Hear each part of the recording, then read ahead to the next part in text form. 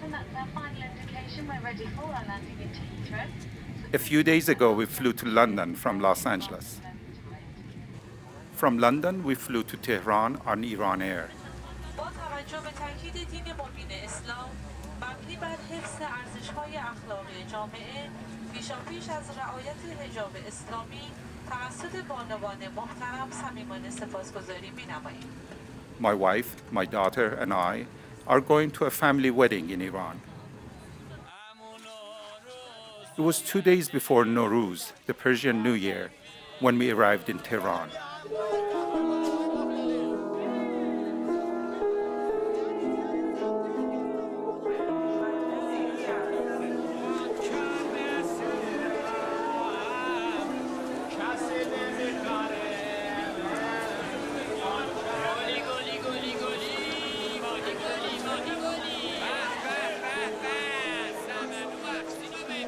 In the bazaar, vendors are hawking seasonal ceremonial items for Nowruz.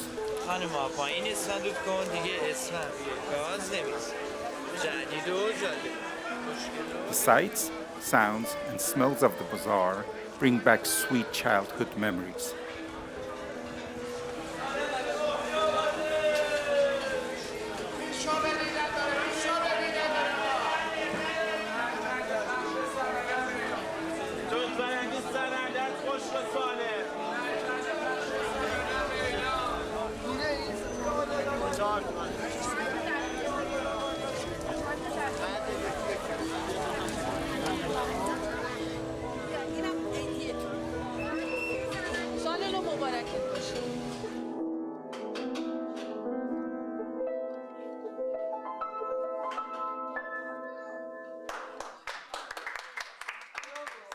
پاییز در برگ‌ها گم بود. فریبرز لاچینی.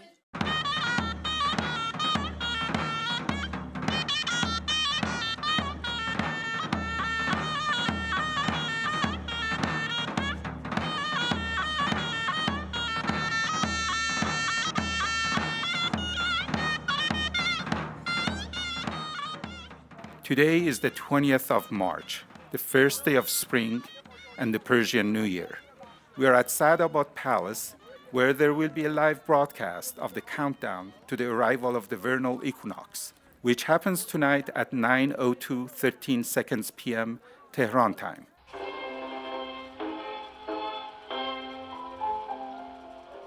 Saadabad Palace was built in the late 19th century for the Qajar kings. Today, sitting in one of its royal compounds, turned into a restaurant, sipping tea with my family, I think about Iran's recent past. My father would have been about 2 years old when in 1901, Muzaffareddin Shah, the fifth Qajar king, gave English millionaire William Darcy the rights to establish oil operations in Iran for the amount of £20,000. The Anglo-Persian Oil Company, as it became known, struck oil in 1908, the first oil discovery in the Middle East.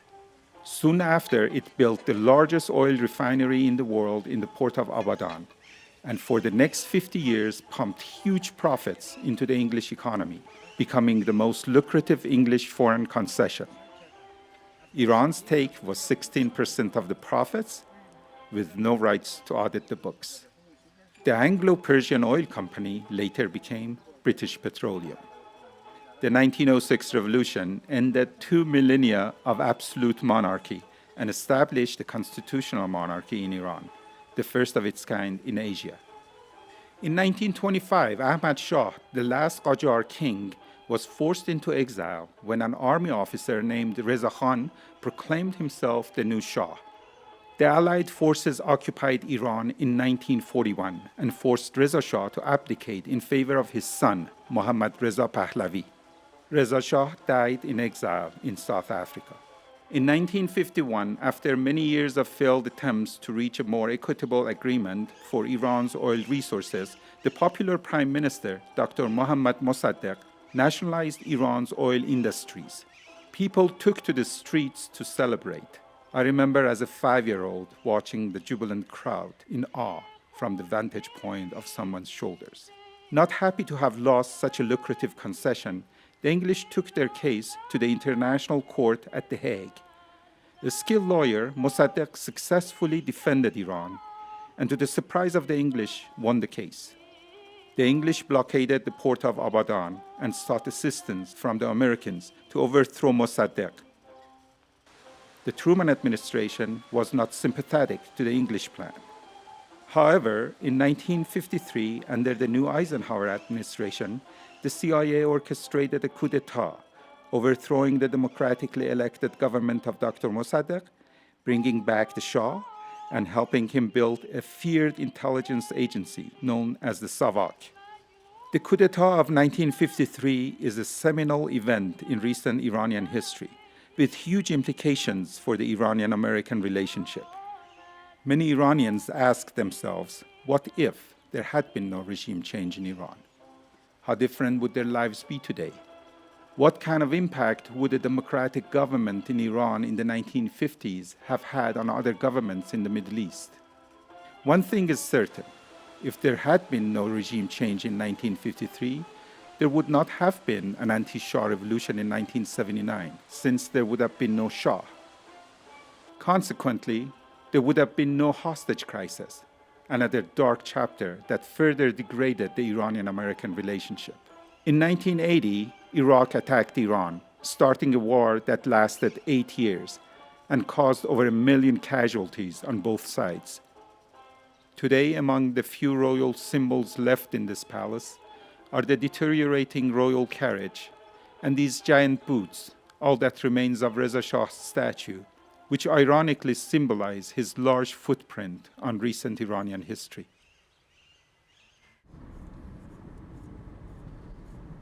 زندگی رسم خوشایندی است. زندگی بال و پری دارد با وسعت مرگ.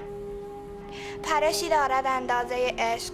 زندگی چیزی نیست. Over the past millennium, Iran has had its share of cruel invaders and benevolent kings. One constant through these turbulent times has been a rich Persian literary tradition. Many in the West know the poems of 11th century poet Omar Khayyam or the 13th century poet Rumi, but not many know the vibrant literature of the 20th century Iran. کار ما نیست شناسای راز گل سرخ. کار ما شاید این است که در افسون گل سرخ شناور باشیم. کار ما شاید این است که میان گل نیلوفر و قرن پی آواز حقیقت بدویم.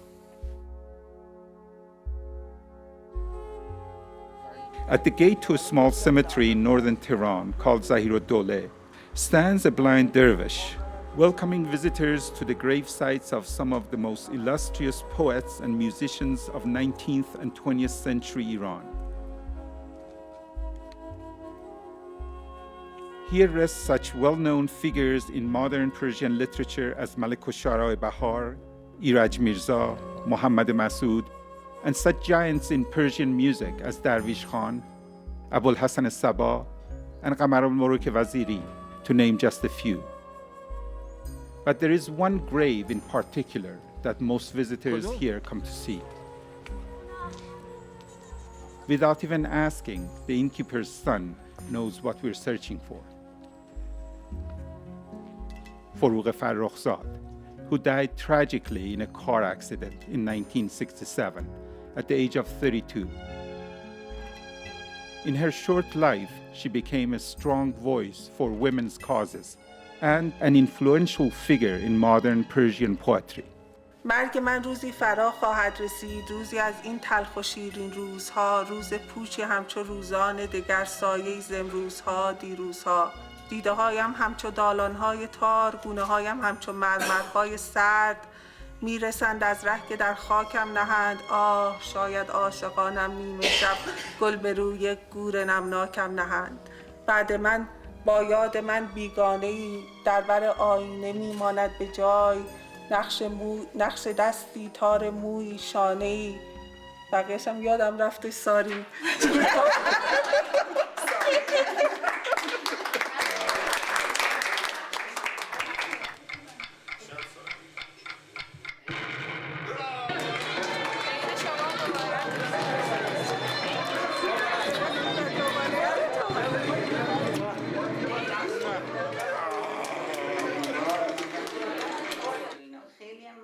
It's the day after Nowruz.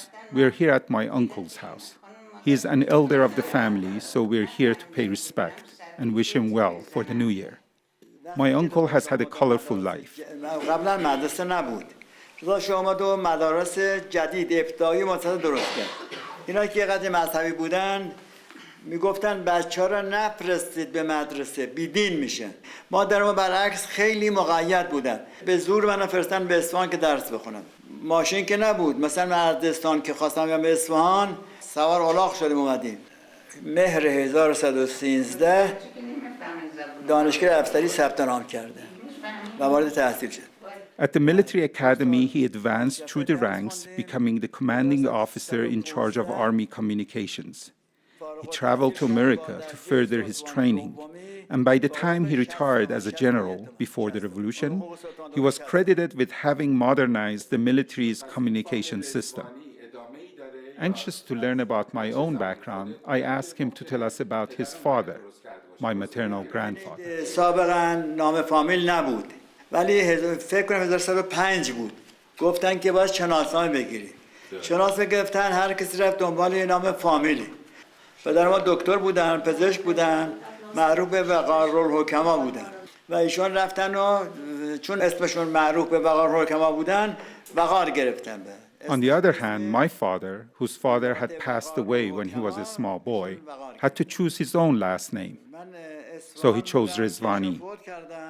I wish he were alive today so he could tell us why he chose this surname. Third day of Nowruz. We are leaving Tehran, heading south on a 200-mile trip to the ancient city of Esfahani, the city I was born in.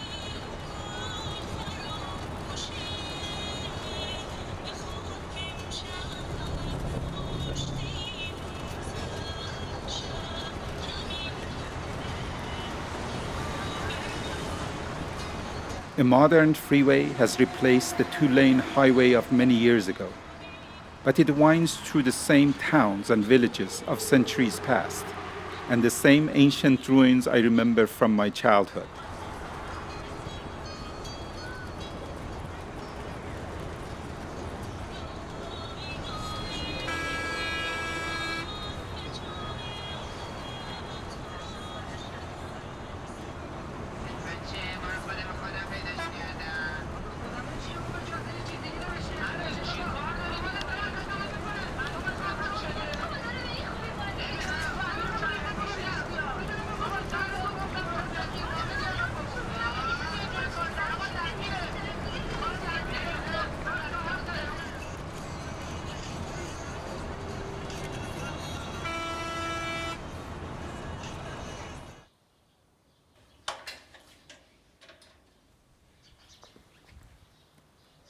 Fourth day of Nowruz.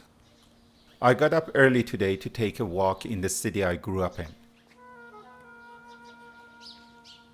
Although I knew these alleys quite well as a teenager, things have changed, so I don't remember my directions.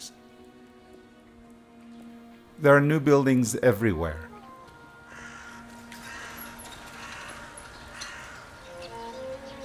These old walls can tell you stories about generations of people who lived behind them, but soon they'll be gone, replaced by tall new buildings. The alley leads into a street that again I don't recognize. I pass by the Martyrs Museum and many slogans adorning the walls as government-sanctioned graffiti.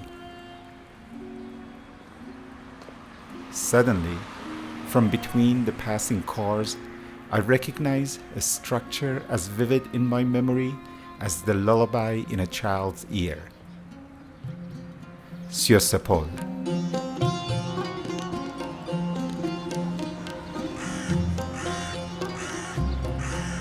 As a child, I picnicked with my family in the park next to the bridge. And as a teenager, I walked the banks of the river in cool autumn evenings with my high school friends, discussing Albert Camus, Sadiq Hidayat, and other writers who enticed our young minds, oblivious to the fact that for the past 400 years, others had gazed at this bridge, inspired by its beauty, and perhaps discussed the subjects of their time.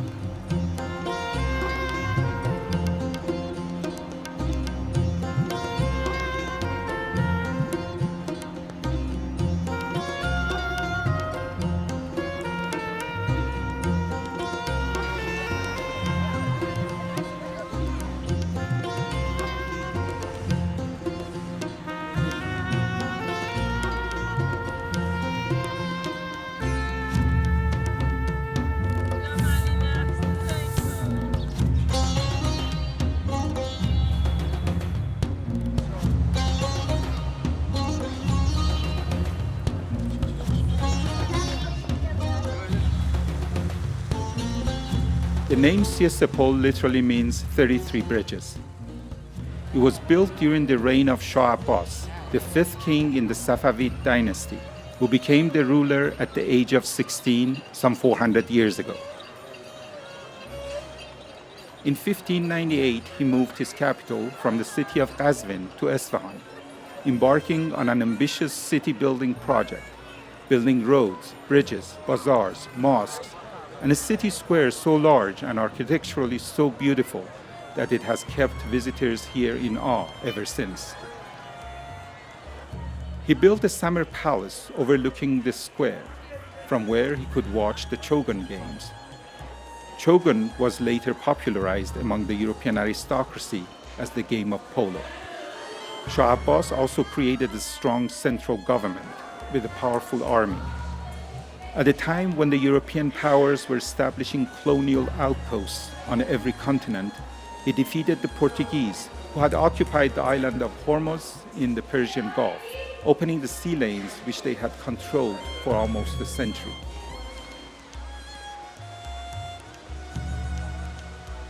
Other Safavid kings added to the many monuments in Esfahani.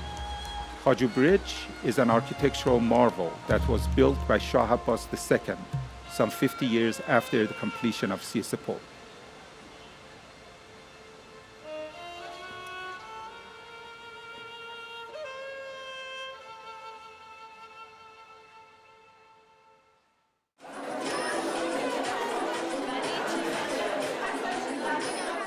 Tonight we are at a pre-wedding party called Over the Board, which means give and take.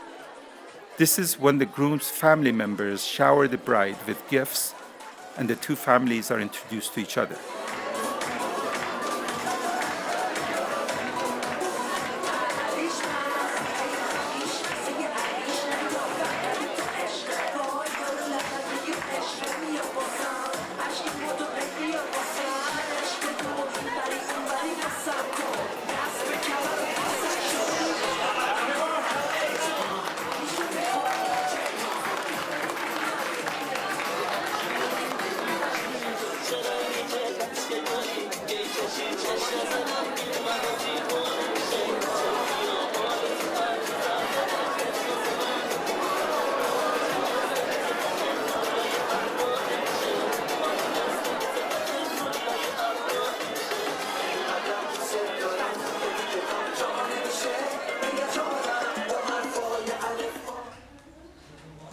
Next day, the room is prepared for the actual wedding.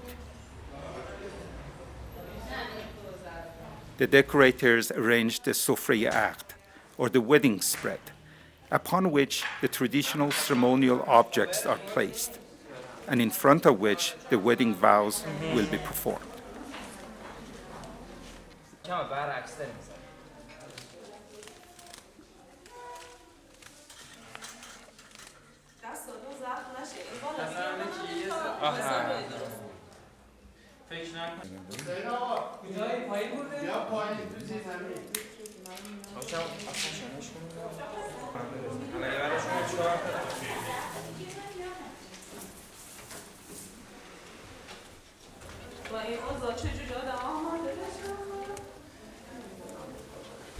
و علاوه بر این مهریه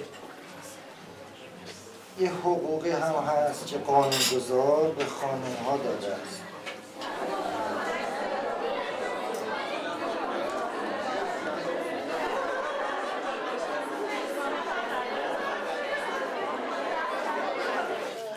دلم میخواد به اصفهان برگردم، بازم به اون نصف جهان برگردم، برم اونجا بشینم در کنار زاینده رو، بخونم از ته دل ترانه و شعر و سرود، ترانه و شعر و سرود. The streets of Isfahan are all memory lanes to me. The main boulevard here, called Chaharbagh, was our gathering place when I was in high school. In the summertime, we would walk up and down this boulevard, the same way teenagers in America cruised their cars up and down the main streets of their hometowns. We passed by my old high school. The building now houses the Art Institute in Esfahani. It used to be called Sadi High School, named after the 13th century poet Sadi. His poems are still engraved above many classroom doors, although the institution no longer bears his name. Around the corner from my old high school is the grand Naqsh Jahan Square, with its magnificent turquoise-tiled mosques, Ali Qapu Palace, and shops in neat rows on all four sides. At the north end of the square is the entrance to the bazaar. And not far from there is the building where my father used to have his office. His company was the exclusive distributor of tobacco in Esfahani. When I was a small boy, the government nationalized the tobacco industry, and this place was turned into storage spaces for the bazaar merchants.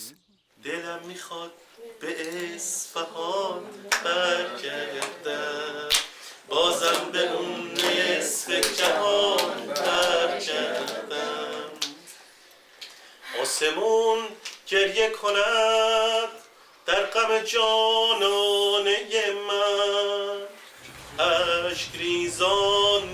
On the way back, we passed by a shop called Rizvani Silver Works.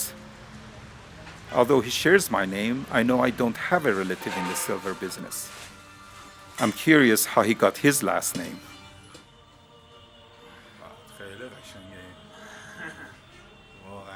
احتیاجی به این که با چه فامیل باشیم، میگم هفته برادر بودیم توی این کار، خودش یه ستونی. پدر من سواد خواندن نوشتن نداشت، ولی حافظه از حفظ بود. از زمان رضا شاه فامیل درست شده، ایشون چون اهلی شعر و شاعری بوده، این تخلص مالی حافظه، جنت رضوان. بله، وقت این رضوانی انتخاب کرد. بچه‌ها بفرمایید. With typical Iranian hospitality, we're offered sweets before leaving his shop. خواهش می‌کنم. بله.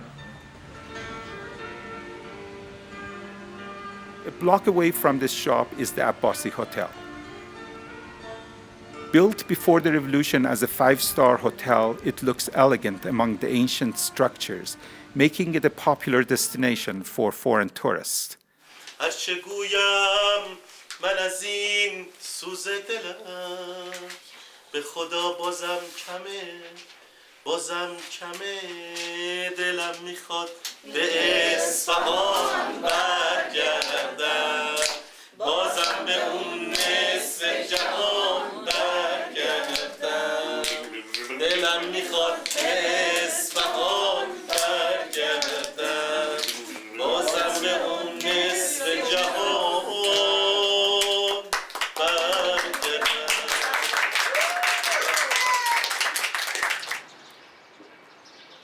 Seventh day of Nowruz. Today I'm visiting with Mr. Mohammad Seirafian of Seirafian carpet fame. In the 1940s, employing the master designers and weavers of the time, his family started producing a line of Persian carpets, which were soon recognized for their beauty and refinement, and became the prized possessions of those wealthy enough to afford them.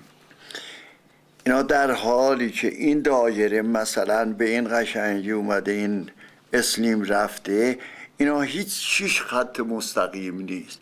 قبل از صفویه کارایی که الان پیدا میشه تقریبا همش با این روش بافته شده بوده. من اینجا رو طرح شکسته برداشتم اینا را درست کردم. ملاحظه ببینید تورنج شده. Today, an early Serafian carpet will fetch millions of dollars in the auction houses of Europe and America.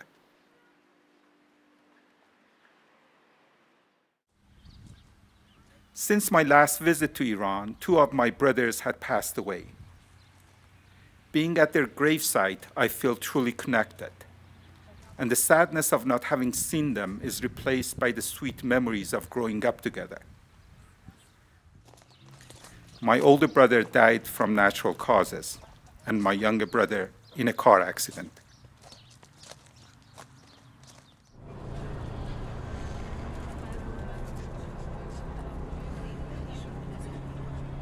Today we are traveling to the ancient city of Shiraz.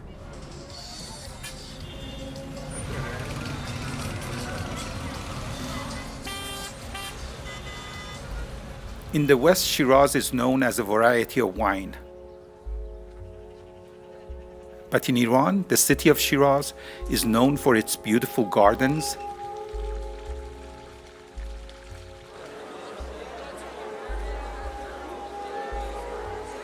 its exotic Bazar Vakil,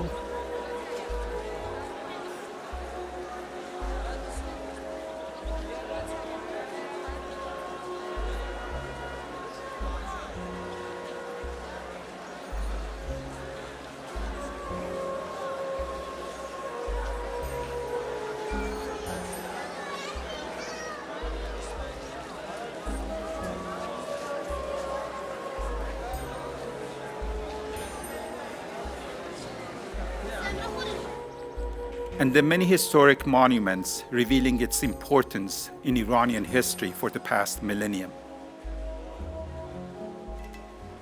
However, to the Iranians, Shiraz is first and foremost associated with Sa'di and Hafiz, 2 towering figures in Persian poetry and literature, and native sons of Shiraz.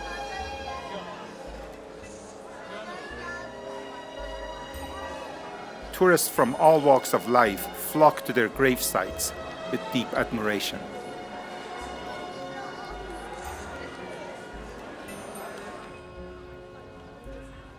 The 13th century poet Sa'di lived in the turbulent times of the Mongol invasion of Iran.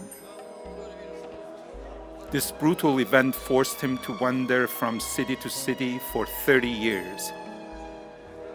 When traveling to Jerusalem, he was captured by the Crusaders and toiled as a slave in their dungeons. By the time he came back to Shiraz, he was an old man, and in the remaining years of his life, he wrote 2 books that are among the pinnacles of Persian literature, Bustan and Golestan.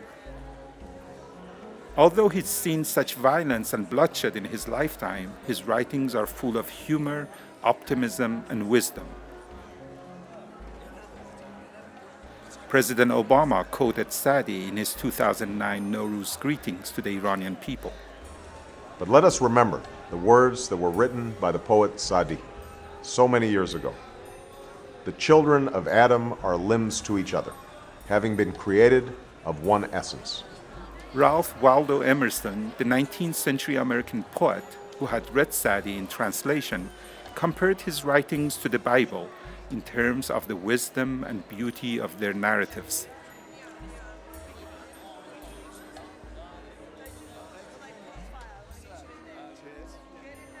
The 14th century poet Hafiz is another major figure in Persian literature. His book of poems, Divan Hafiz, is found in many homes in Iran and is commonly used as an oracle by those seeking guidance from randomly selected passages. فال حافظ با پرنده هم میشه زیاد پرنده برای فال میگیرن بیام توی فال حافظی بفرمایید. قیمتش چند بود؟ اون 100 تا شما هم نداره. خیلی ممنون. مرسی.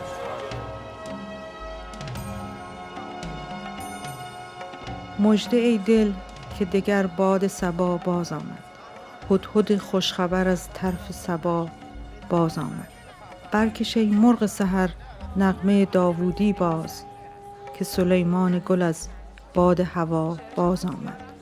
عارفی کو که کند فهم زبان سوسن تا بپرسد که چرا رفت و چرا باز آمد. Wolfgang Goethe, the 18th century German writer, was an avid admirer of Hafez and thought he was in a class of his own and had no peer.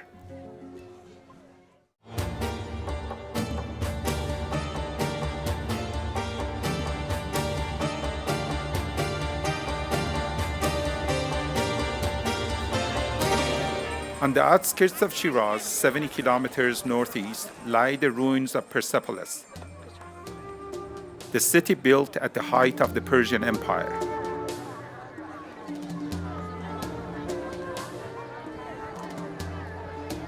Looking at the tourists swarming over the ruins, one can picture the Macedonian soldiers of Alexander the Great some 2,300 years ago swarming over this city, invading it, and in celebration of their victory, burning it to the ground.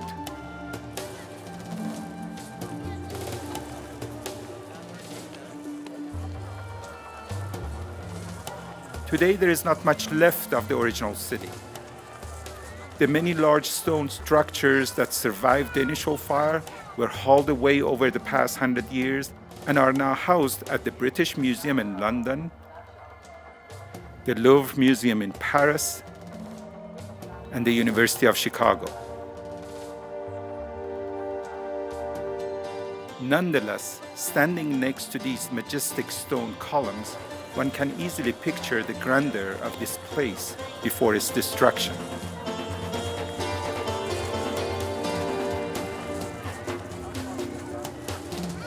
The groundwork for Persepolis was laid by Cyrus the Great some 2,500 years ago. Cyrus was the Achaemenid king who made Persia an empire, which at its height spanned 3 continents, Asia, Africa, and Europe. He built roads and a postal system and created a centralized bureaucratic administration to govern over such a vast empire. After conquering Babylon in 539 BCE, Cyrus freed the Jewish captives from their Babylonian exile and helped them rebuild their temples. Therefore, he is revered in the Jewish history and referred to as the Anointed of the Lord, or the Messiah.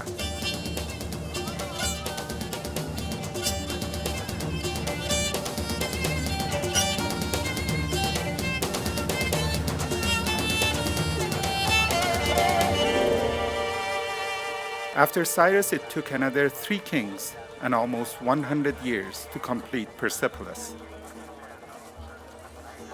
Its destruction by Alexander the Great took only 1 fateful day in 330 BCE.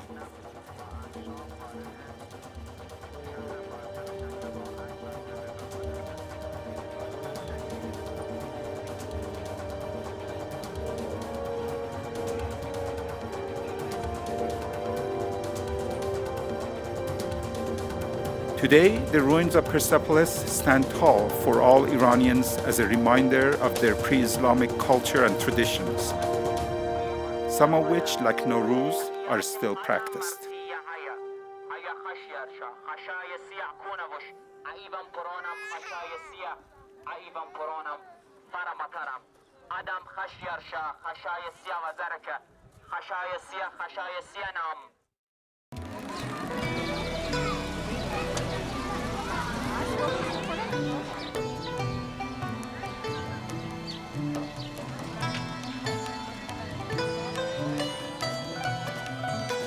Sinzda Bedar. This is how Iranians wrap up the Nowruz celebration. By the 13th day of Nowruz, spring is in full bloom and the whole country goes out picnicking.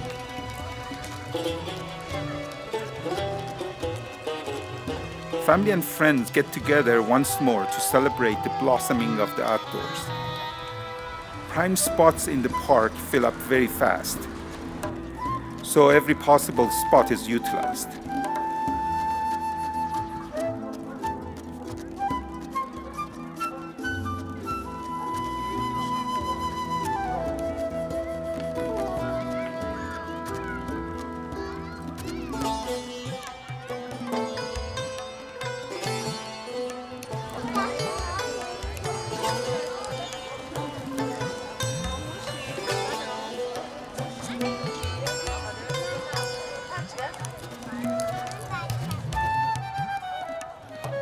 As kids, we loved Sinzabedar. Family and friends together, lots of games, and good food. But Sinzabedar also means the end of holiday season and going back to school the next day. So at sunset, exhausted, we quietly went home.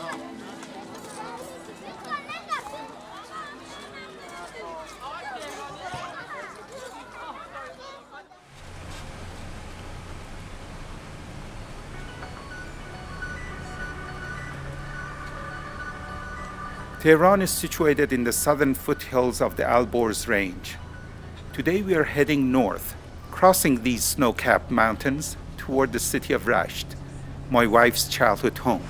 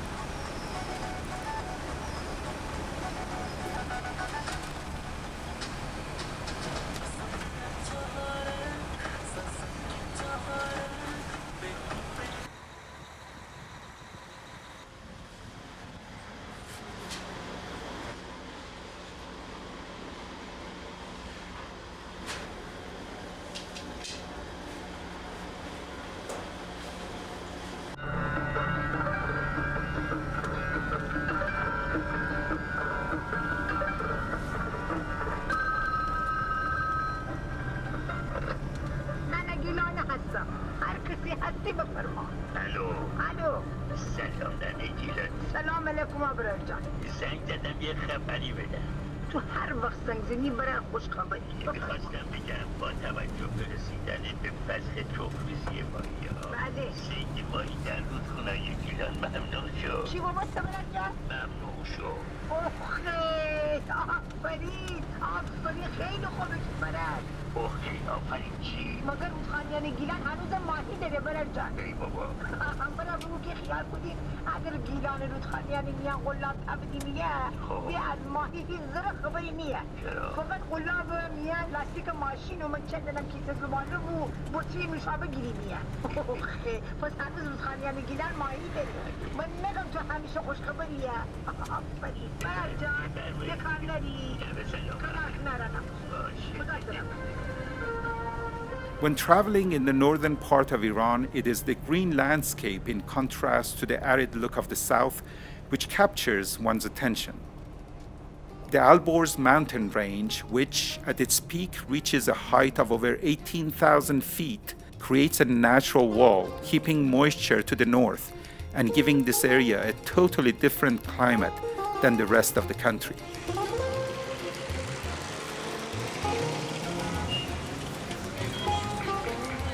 As the capital of the state of Gilan and its largest city, Rasht is the economic hub of the region, with an active bazaar.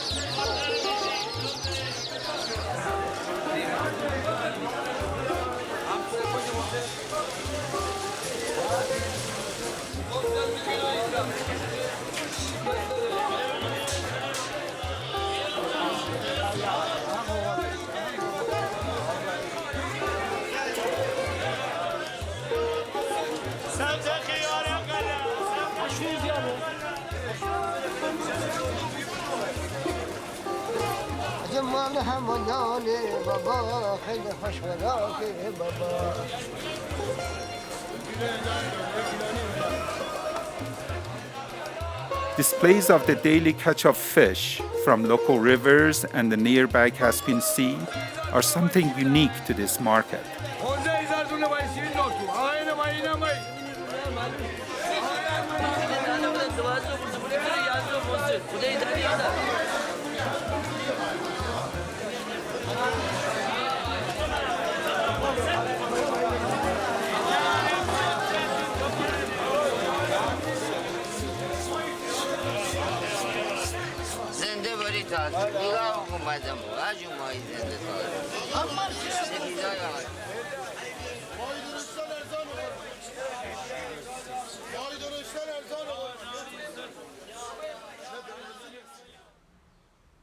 Mirza Kuchik Khan Jangali is a local hero who fought alongside the constitutional revolutionaries in the early part of the 20th century. He later fought against Reza Shah's army and was defeated and died in 1921. Consequently, during the Shah's rule, he was left out of the history books. After the 1979 revolution, his image was rehabilitated, his house turned into a museum, and his statue replaced that of the Shah in the city's main square.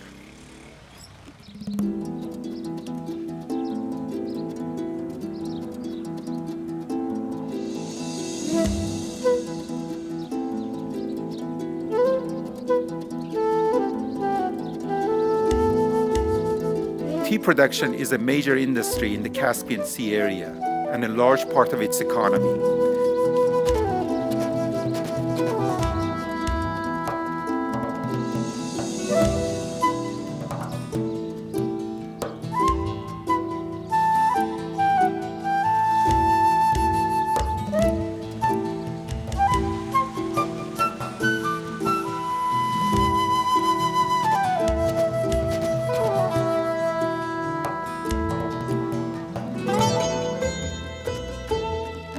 Before 1900, there was no tea production in Iran. But in 1895, an Iranian diplomat named Kashif al-Saltaneh decided to change that.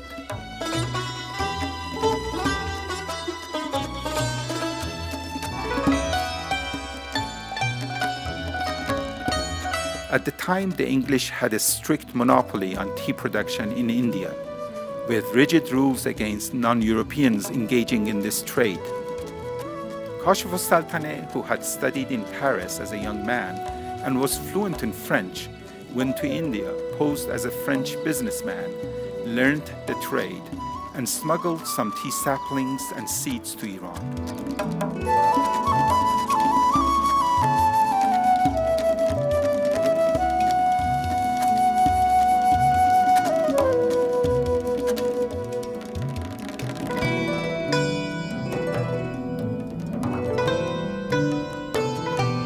After 6 years of experimentation, he introduced his first product to the market and started an industry that revolutionized the economy of two northern states, Gilan and Mazandaran, and made Iranians avid tea drinkers.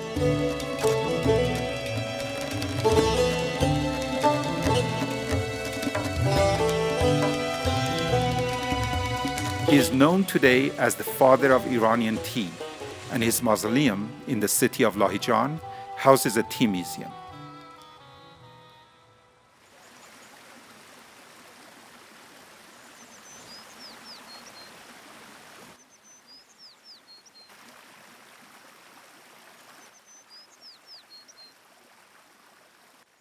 High in the densely wooded mountains close to the city of Fuman, there is a medieval fort named Qaleh Khan.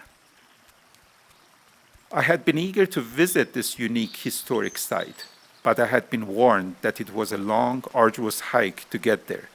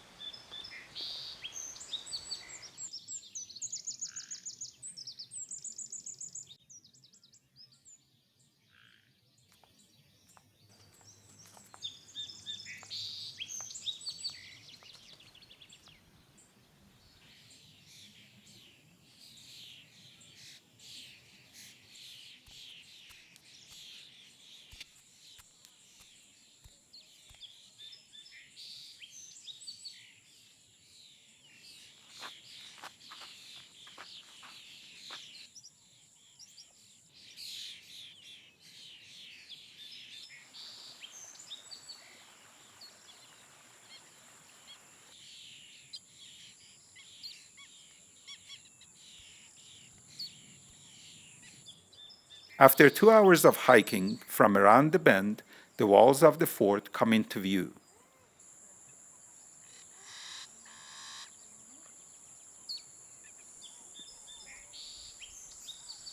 The origin of Calais Khan is somewhat of a mystery.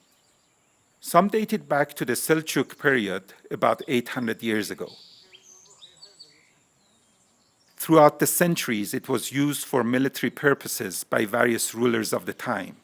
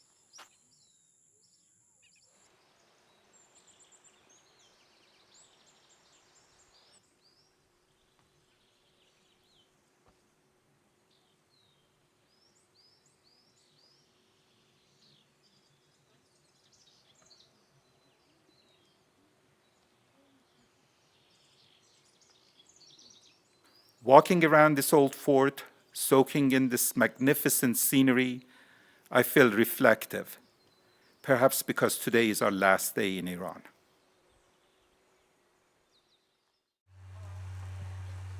We've been waiting on the tarmac at Tehran's airport for the past 2 hours. With the plane's air conditioning out of order, the wait is becoming an ordeal, especially for those with small children.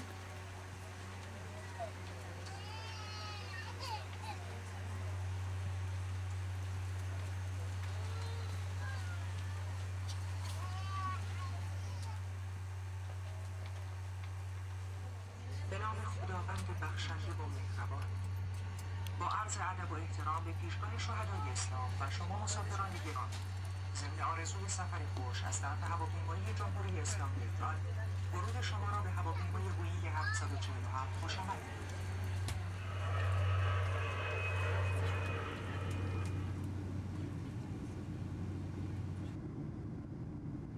Looking out of the window, watching the airplane leaving Iran's airspace, I think about the past 3 weeks, now only fragments of memory, archived next to the distant memories of my childhood in Iran.